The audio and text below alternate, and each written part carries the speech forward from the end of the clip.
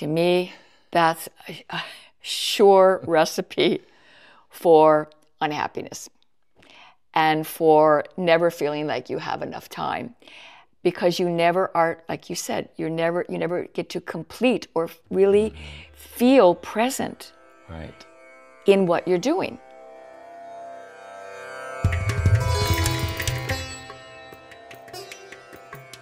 Welcome to a new episode of my podcast, and it is a premiere for multiple reasons. It's the first episode in English, and it's the first episode with a real in-person guest sitting in my living room, literally. So we're going to have a living room chat. And I was thinking about the title of my podcast in English, so let me try to translate. I think it would be, is that still yoga? ? And then about the searching and finding of enlightenment. I think that could be a good translation for the title I chose.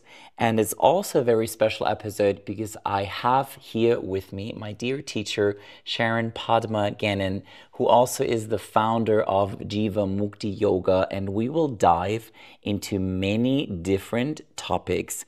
It is rather unscripted how I do all my podcasts because we just want to go with the flow, as they say. And we also just chant a little mantra just to be sure we're connected to the divine source, and let's see what comes out of us. So welcome, Sharon. Thank you for being here and taking the time for that little dialogue and chat that we're going to have. Do you really think that we take time? Oh, that is already a good question to start with. I get to ask you questions as well. Yes, exactly. I remember you were talking about that the other day, and it really, stuck with me that instead of taking time, could we receive time? And although we actually have a timer right here next to us, which is not counting down, it is counting up, which kind of is good because it's infinite. It's never ending. And taking time is very restrictive in a way and confining.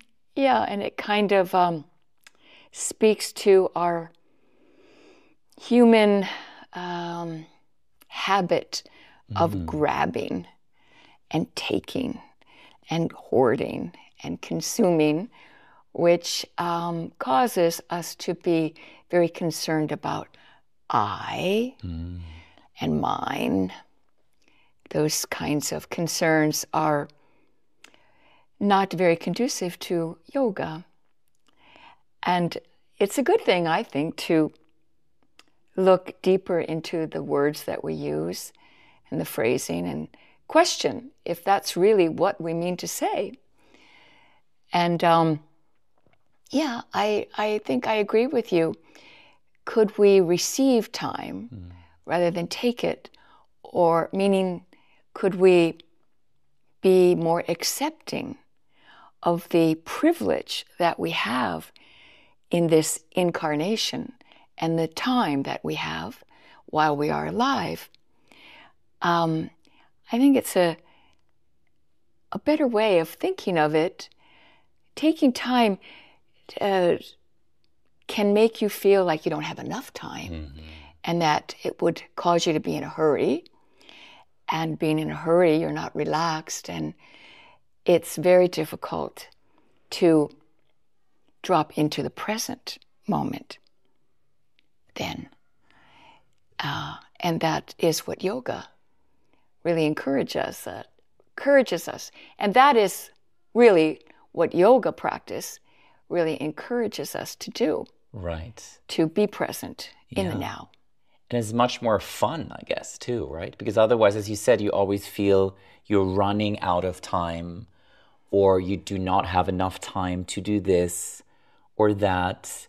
And maybe I've been there, and maybe some people listening have been there. They're always feeling that they can't get things done, or they always have to say, oh, I don't have enough time. I'm doing so many things at once, or I can't even do my yoga practice because I don't have time. I can't fit it into my schedule. It's a 90-minute class. I have to go to the yoga school. I can't do any of those things. And then maybe we even stop the yoga practice at all. And we just feel it doesn't fit into our lives because we have so much work to do, etc. What do you think about that? If you feel like you don't have time for a yoga practice? Well, let's think about what is yoga. I mean, if we're practicing yoga, that means we're moving towards a goal. And what do you think yoga means? Right. What is your definition of yoga? Yeah. So I really like to go back to the original meaning of the word union. And then, of course, the question that comes up, union of what? Like, what is coming together? What is being connected? And I really kind of go with the idea of the greater and the smaller self coming together. That's something that resonates with me and that is easy for me to kind of grasp. Although the question comes up, what is that greater self? And what is the smaller self? And what does it entail? So as always, asking questions, I think, is an important thing to be done, because then we can answer the question, is yoga really only happening when I go into a school and when I roll out my mat? Or could there be other opportunities for me to practice on that reminder that my small temporary self can reconnect or remember its source, the greater self? Yeah. Work, when you mentioned a moment ago, don't have time for my yoga practice because I have to go to work. As if work was something that you don't really want to do. It's not fun. And yoga is just kind of an optional thing in your life, that if you have time, you'll pursue that, but it's not really a priority. Your work is your priority. Why is that? It's money, I think. People put money, the making of money, above yoga, which is really, the yogic teachings tell us it's the most important thing in life. And no matter how long we live, it will be short. And that is the most important pursuit, is yoga, to remember, as you so nicely said, to join the small with the large, to remember who you really are, which is much more than just that small self. You are connected and part of that bigger self. And of course, there are many ways to refer to that bigger self. God is one. And yoga does mean that, union with God or the higher self, the Atman, the eternal soul. And, as we ask these questions, which is very much a part of yoga practice, Swajaya, asking these types of questions and going deeper and deeper to the place where we really surrender and realize there are no answers, permanent answers. There's always something to delve deeper into. And that can be fun. To be in a place where you don't know. Right. To suspend that cognitive, intellectual faculty, that urge to know something, package it, and put it away and on to the next thing. And anyone who has actually seriously pursued analytical, intellectual knowledge, they come to realize that it's endless. There's you can always find something new. Right. Every scientist of any subject has come to that. eventually. Yes. And sometimes you think you know, but then you always will find someone who knows better or has a different approach, different opinion on things. And it's the whole idea or obstacle, I think, of compartmentalizing in general. May it be into the boxes of this is right and this is wrong, because this is where it leads to, right? That idea of I want to do the right thing. I want to do the right yoga practice, or I want to do the right asana sequence. I want to do the correct meditation or the correct pronunciation of a Sanskrit word. And then once I found that, I think maybe I will be enlightened. But then just to realize it's not happening from my experience, at least. And then, as you said, another thing opens up. And then the compartmentalizing of work and private life, or this is my yoga life, and this is my other life, and this is my holiday, and this is when I'm on business. And that really causes a lot of stress even, because you're kind of ping-ponging between the two all the time. You're fragmenting yourself and you're denying what your sense of enjoyment is moving you towards. No, I have to work because that's important, because I have to pay the rent, or I have to put my kids through college, or I have to save money for whatever it is you're wanting to purchase next. And it's like, it's not like work is the serious part of life, the important part of life to many people. And the other pursuits are secondary. And even people will give their whole life to being unhappy.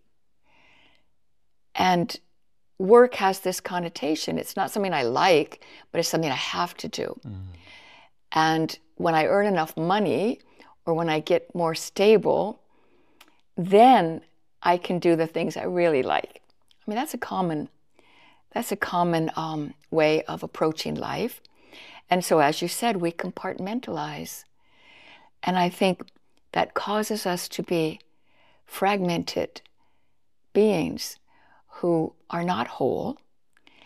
And the idea of holiness will forever elude us from our own doing, because we compartmentalize the activities or the roles that we feel we have to play, and we put them in a hierarchy, those roles.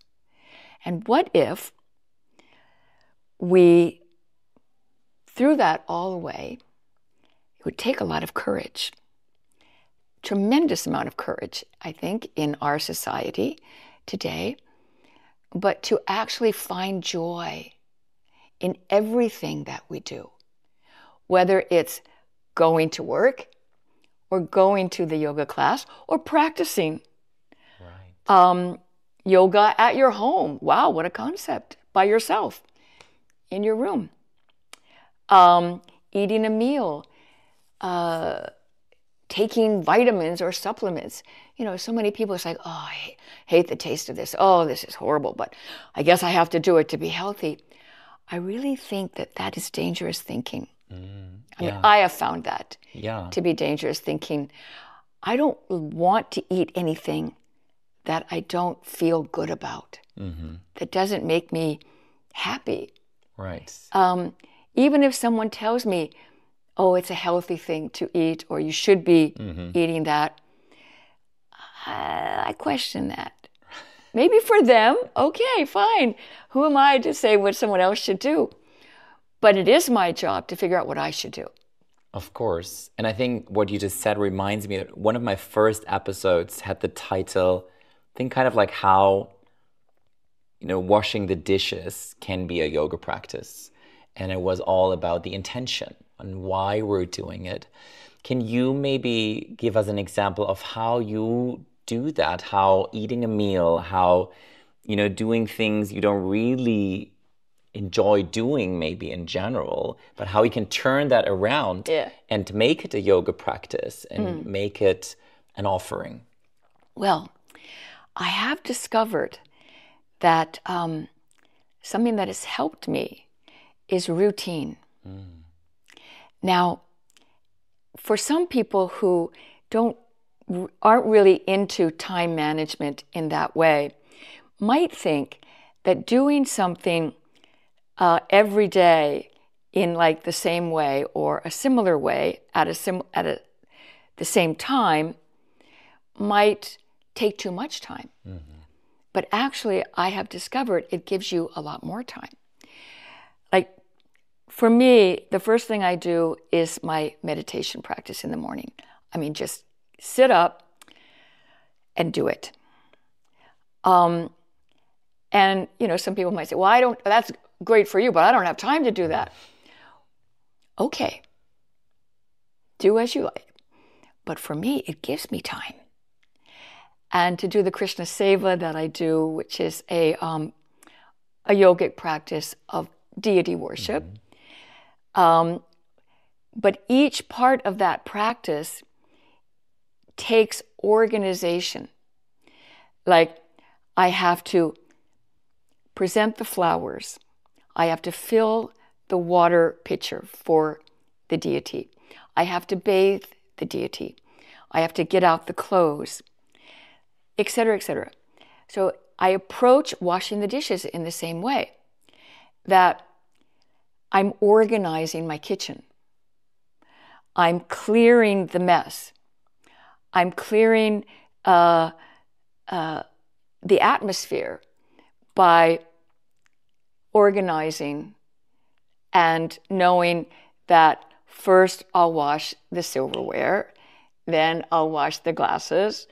You know, like, do it like that. Organization, keep making my bed. Like, I really always have time to make my bed, no matter how many things I have to do.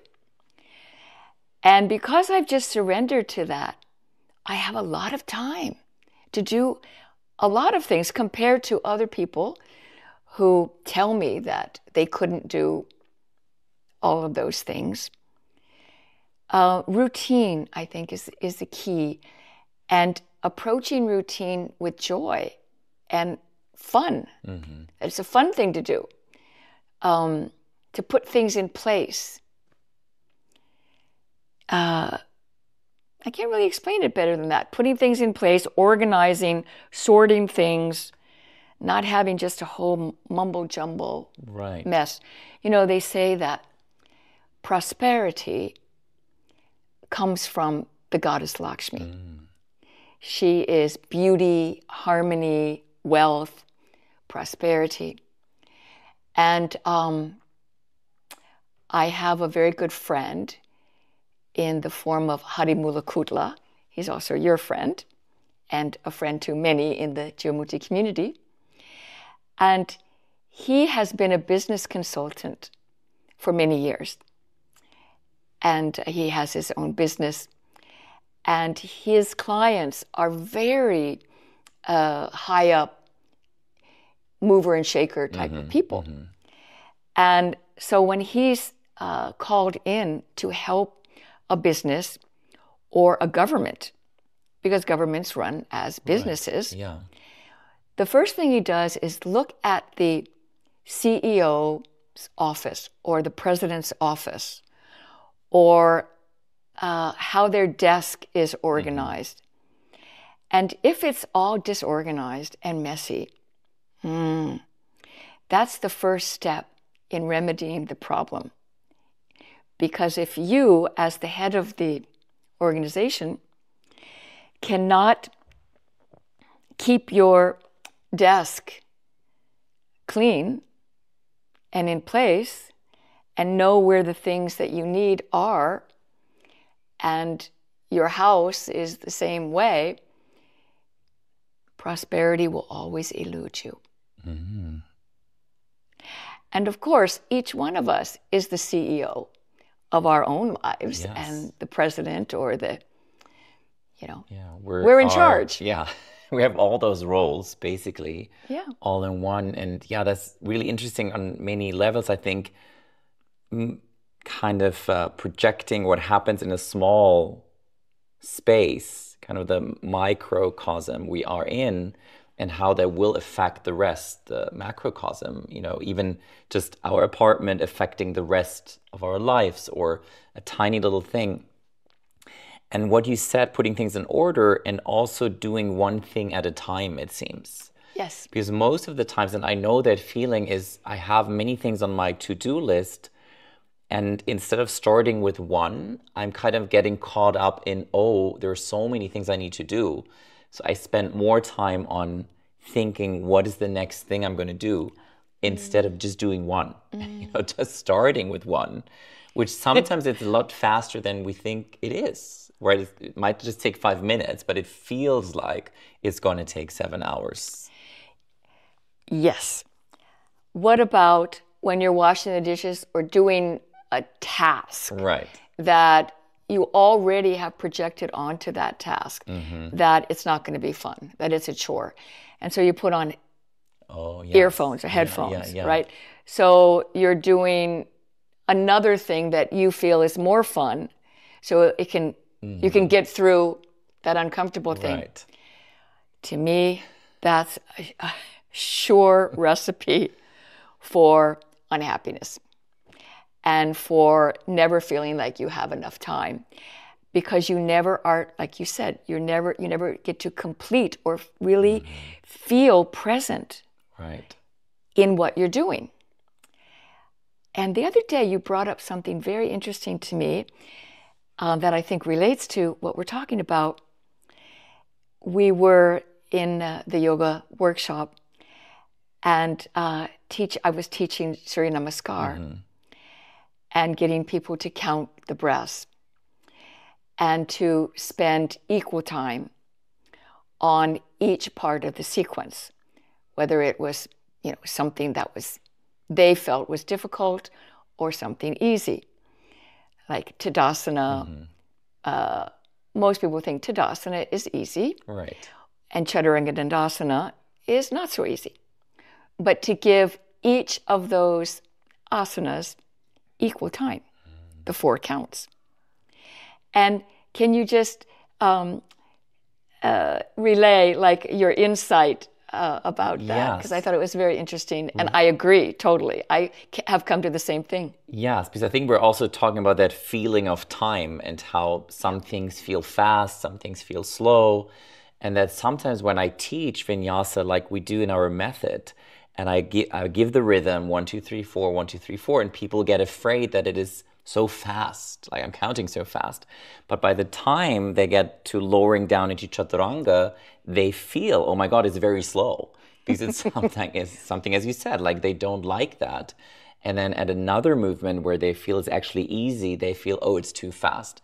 So the same amount of time can have a very different experience. It could feel slow, it could feel fast. So then time all of a sudden is very relative. And that experience of time is relative. And I think that is also what makes that vinyasa practice so valuable and so much deeper than just breathing and moving and have a little bit of music or getting warmed up and sweaty. Yes.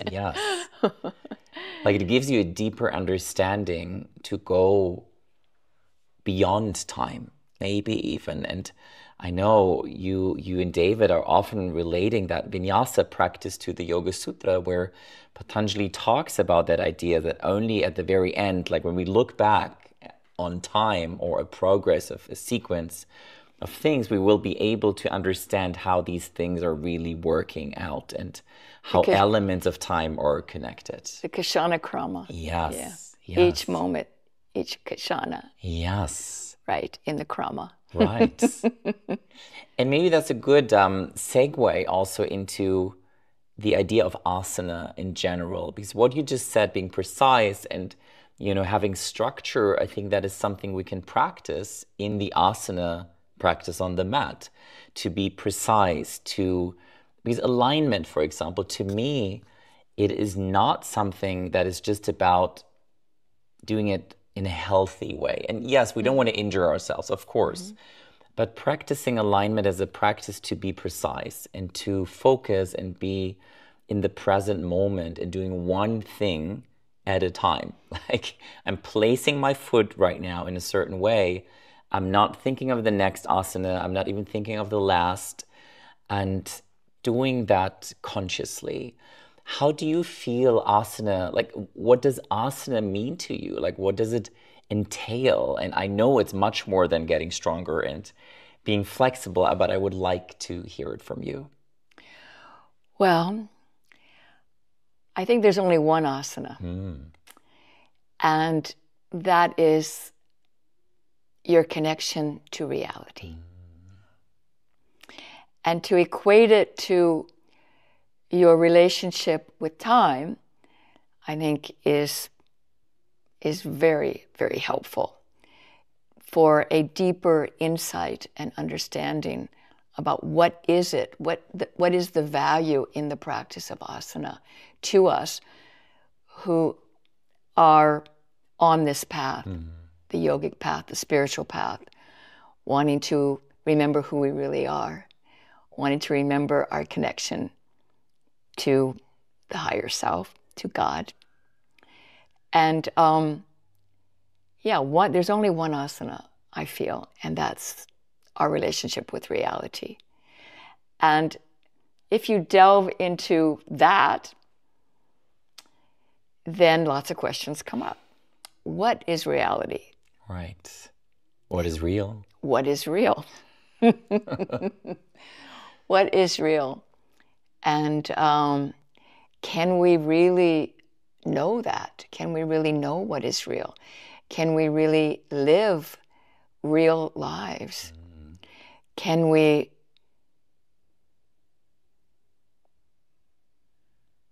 comprehend fully anything? And is our limited intellect even able to do that? Which brings us back to what we talked about before. Like, we would like to know it. We would like to understand it, like we understand how to build a house or make a meal. Can we really understand that idea of the vast ocean of limitless potential that is how reality is sometimes described with many different words, because in the end, probably words cannot really describe it. It's just kind of trying to get closer to that idea. But you just said, can we really comprehend it with our limited intellect? Yes. So you answered your question. The intellect is limited. Right. So we cannot comprehend it with just the intellect. But we can experience and feel beyond the intellect, beyond putting it into words. I mean, words are fun. Come on. Yes, right? They are. They're fun. They give us something to play with. Ideas are fun. And I think they become more fun if we give them space. And if we actually use them with affection. Right. And not try to pressure them so much to tell us everything there is to know. But we play around with definitions. And what you just said, like, we can know how to build a house.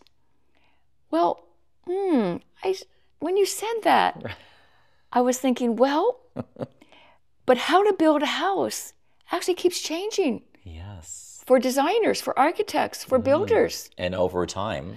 And over so time, different. I mean, how to build a house like 10,000 years ago, and how to build a house in 2025. Yes.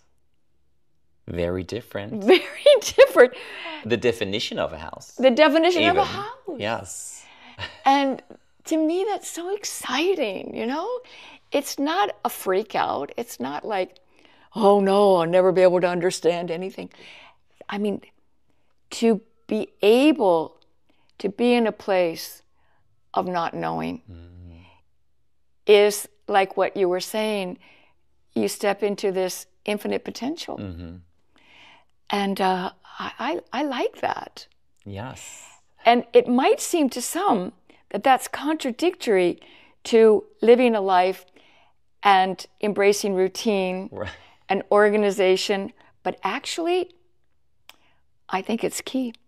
Because through that, that's how you can experience the other idea. And it's like Patanjali saying, only if you understand the moments in time, like the separate minutiae. elements, like being very precise and, going into time deeply, then only can you transcend it and go beyond that.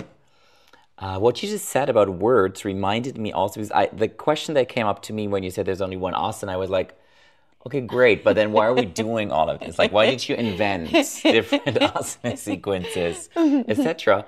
But the asanas could be like words too, and we can play around with them and explore them and put them together in different orders, just the way you explain so nicely how we can do it with words in our language. Wow. You are a person after my own heart. I have also always felt that the asanas were like an alphabet. And the way that you sequence them is like composing a poem. Right. Or a mathematical formula. And so each sequence brings about a specific experience.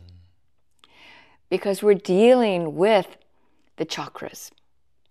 We're dealing with the doorways to perception, the levels of perception. We're dealing with karmic relationships, standing asanas, seated asanas, twists, back bends, inversions like Salamba Sarvangasana, handstand, headstand, where you're totally upside down and the head is down, the feet are up. These specific asanas give us the opportunity to access these chakras where there are stored karmas, and those karmas are in relation to others, also to ourselves, how we relate to ourselves, how we relate to God, how we relate to the world, and it's like I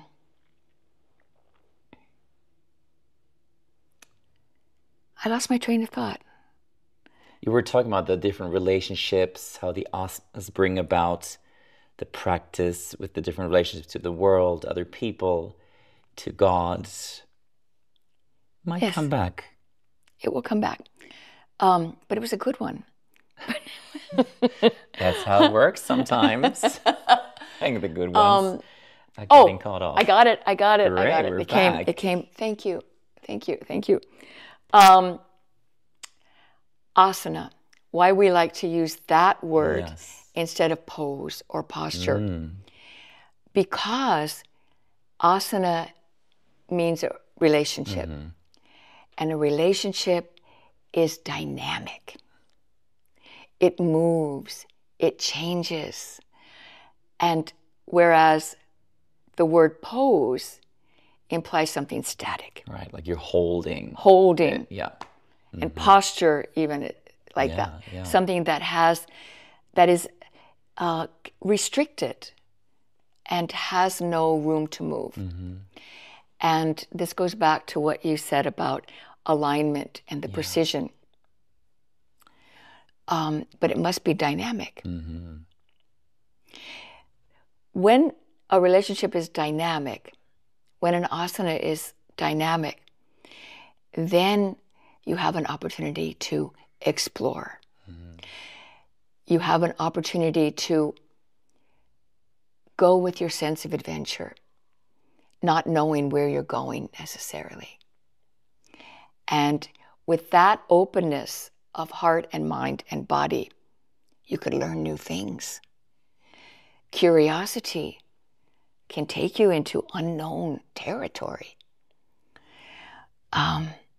So that's exciting. Yes, it is. And I think the dynamic idea of, having a dynamic relationship also in relationships with other people, if you want to hold it and kind of have it fixated in a specific way, it usually doesn't work out very well. I mean, for a short amount of time, but then, both sides have to adapt and be able to be flexible, literally, in order to keep the balance alive. It's like when you stand on one foot and you want to keep the foot flat on the floor, then you usually fall down. Like if you want to hold onto the balance, it's not going to work out. You have to have the foot, the asana, the connection to the earth, be adaptable, to what is happening there. I have one last idea and question and thought I would like to discuss with you. And we brought it up earlier, but I didn't want to go there just yet, which is God. God. And you mentioned it before that yoga is a remembrance of God, or the offering. You mentioned your practice, the seva, which is an offering, a service to God. And I know from my experience working with other yoga teachers and yoga students that that word is still very triggering in many different ways. Either people say, oh, I'm not religious, I can't really deal with that word. Or I am religious and I have a very specific idea of what God is, so it can be part of my yoga practice. What would you say could help maybe transcend all of these problems? And what is your idea of God?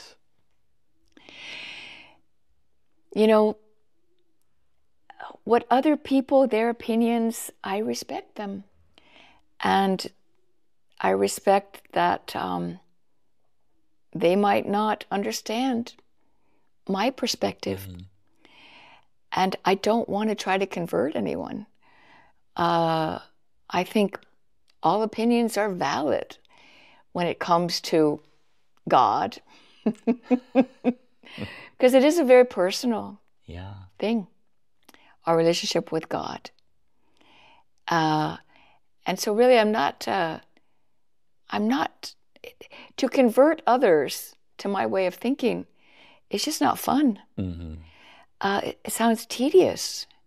It sounds like, like that. So I don't really know if it would help anyone to even express in this podcast my thoughts. I hope everyone just finds a way that makes them happy. That's our job as yoga teachers, I guess, to provide different tools. Maybe because you have Krishna as a word and as an idea for God. And I heard you often, interpret and explain what Krishna means as your innermost heart's desire.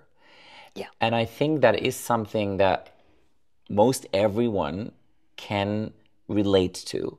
So maybe you can give us some inspiration of what that means to you. Thank you. Well, you just said it. You explained it so nicely. The word itself, once again, we're back to words and the magic of words. Magic meaning that the study of words, the delving into words can shift our perception of even what we thought the words meant a minute ago. Krishna means the all-attractive, or you could define it as your innermost heart's desire, that which is the most, what is attracting you more than anything else. So it's kind of like a magnet. You want to go there, you want to hear about it, talk about it, feel it all day long. Like we have many desires, and we experience the need to fulfill desires every day of our life. We wake up, we have a desire. we want to go to the bathroom, or we want to have a cup of coffee, or we want to do our japa, there's so many desires propel us through the day. You cannot live your life without desire. And a lot of people think, the yogis don't have any desires. Getting rid of desires. Yeah. No desires. Well, actually, no. None of the scriptures say that.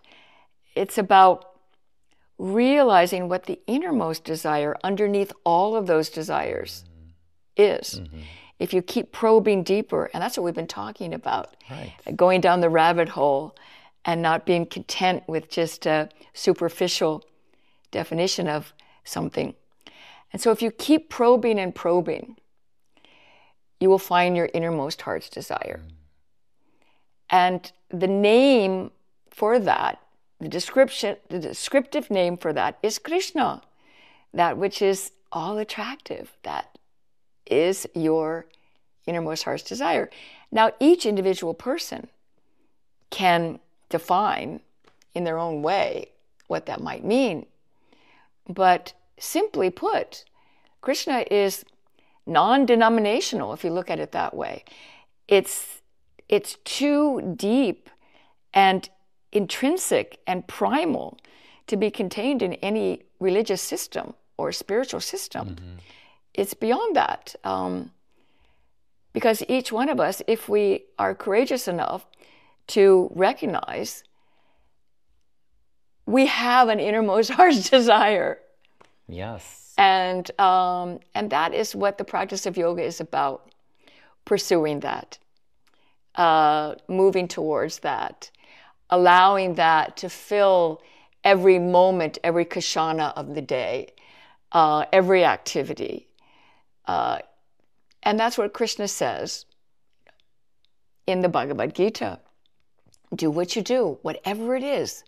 Going to work, doing Surya Namaskar, practicing yoga, sleeping, whatever it is.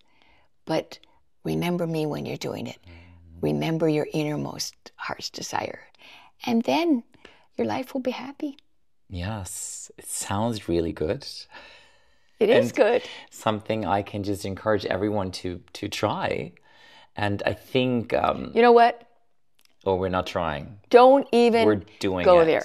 What other people do, Moritz, we really have no control. Even as teachers, we can give advice if we're asked, but ultimately, people will do what they do. And we have to be okay with that. Because to tell people what they should do is minding their business. Not ours. And then who's minding our business, right? Our job is to mind our own business. Yeah. Yeah. So we're just sharing things, and everyone who listens or watches, it's up to you to take whatever you can take from this.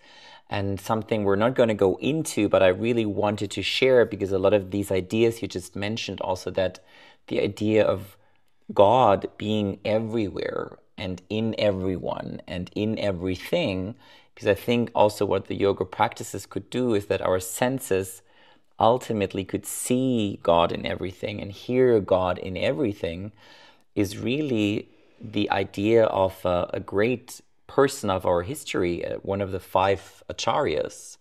And most of you listening probably have heard about Shankaracharya, which is well known. You said it the other day, because his work has been translated into almost every language and then gained a lot of popularity over time. And the kind of the latest of those 5 acharyas is Vallabhacharya. And he, just to sum it up, said, okay, good, I agree with a lot of things that have been said, but I also think God isn't something out there, and Brahman isn't just there, and then we're the bad people. Our temporary mind is kind of useless, and we have to get over it and get rid of it. But really, even in the temporary, we can find Brahman, and we can find God, and we can find the real thing, and we can find reality. So that's something I would like to share on here too, and I know you do many times, or you did many times, and you keep on mentioning it. And sometimes these things that are unknown to a lot of people doesn't mean that they're less valuable. Just because they're not as shiny, maybe. They're not the shiny objects. They haven't had big marketing teams behind them. I think that's more close to the truth. Yes. So we are a part of that little marketing team now for some new ideas to think about and, ponder and reflect upon. And I think to sum up our conversation here is really to keep asking questions. Keep asking questions. With an open mind, you might not find an answer. And that is the fun of it. And that can be the joy of asking questions. I think if you do find an answer, question that answer. Yes. And if you find the ultimate answer, share it with us and let us know. Well, in the Rig Veda, which is considered to be one of the oldest scriptures, there is a line, I don't know it in Sanskrit, but it says something like, who knows this? No one knows. Yes. And that's all we need, actually, right? That line says it all. But you see, when I heard that, I thought, that must be a riddle. That must be a code. And I took it to mean no one knows. But maybe together we can know. We can know together. And we live at a time, the Kali Yuga, where satsang is said to be the most important sadhana.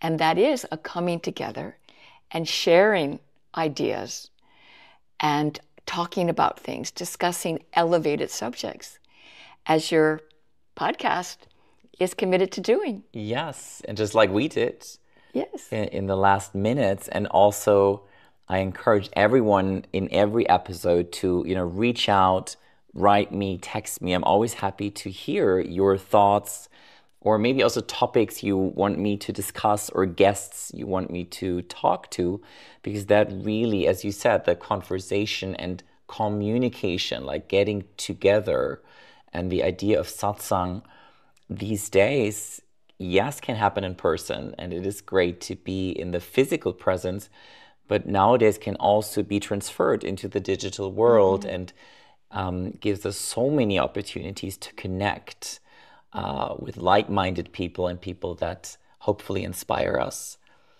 Thank you, Sharon. You definitely keep on inspiring me and many others.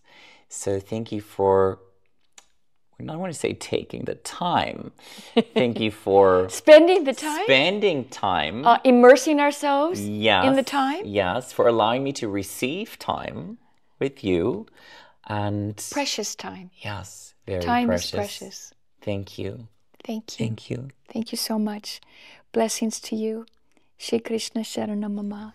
Shri Krishna Sharanamama. Shri Krishna Sharanamama. Hari Om. Hari Om. Thank you.